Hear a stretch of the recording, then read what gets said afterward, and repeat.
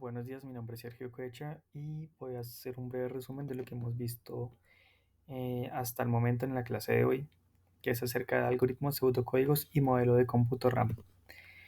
Entonces, en la primera parte, veíamos una presentación en la que se definía qué es un algoritmo y se definía este como un conjunto ordenado de instrucciones que permiten hallar una solución a un problema.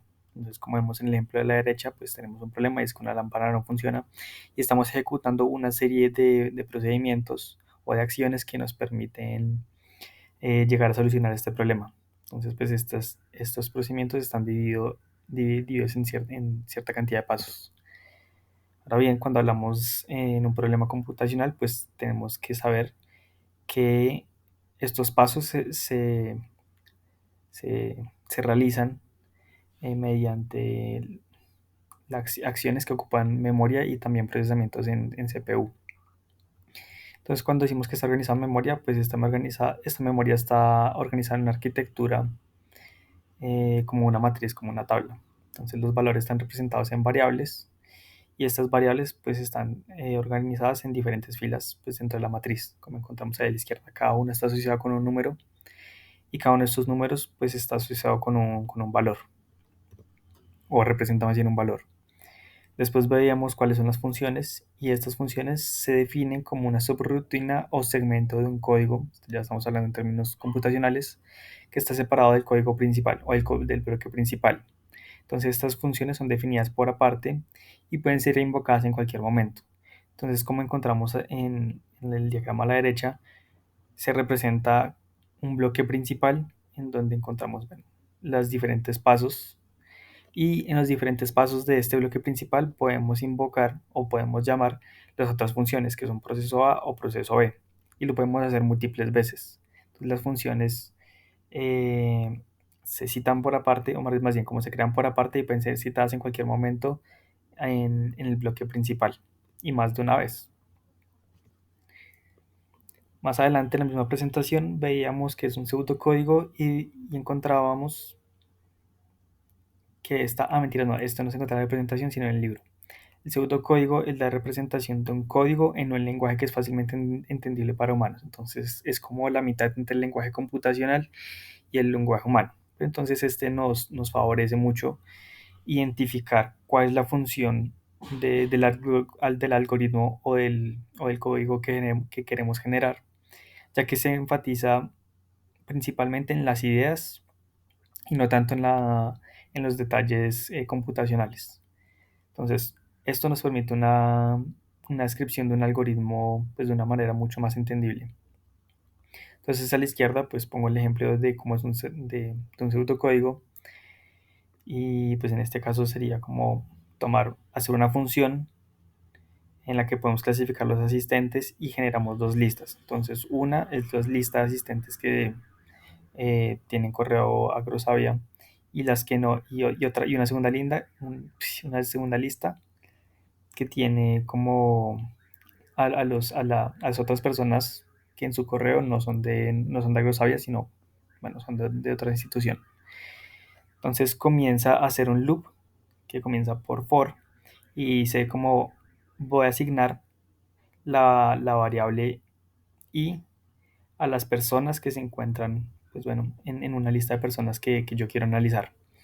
Y si la palabra agro está en ese i, o sea, es decir, si la palabra agro está en esa variable que está en determinado ítem de la lista de personas, pues entonces va a agregar ese nombre a la lista de agro. Si no es así, pues entonces va a proceder a else y en este caso va a añadir esta persona a la otra lista.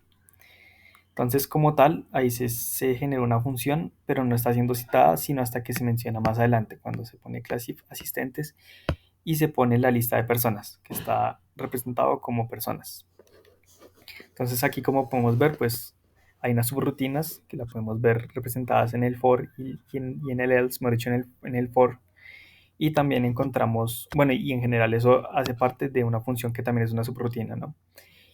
Y también encontramos las variables, que en este caso sería i, y pues esta variable i se va a agregar en alguna de las dos listas que ya generamos, bueno, que se generaron previamente. Luego, pues se habló de un video, más bien vimos un video que era la introducción de los algoritmos, y en este se hablaba de la introducción de cómputo a modelos de cómputo, en este caso RAM. Entonces, RAM se define como Random Access Machine, y esta permite, digamos que es un modelo que nos permite analizar y comparar algoritmos en base al performance, a cómo se desempeñan.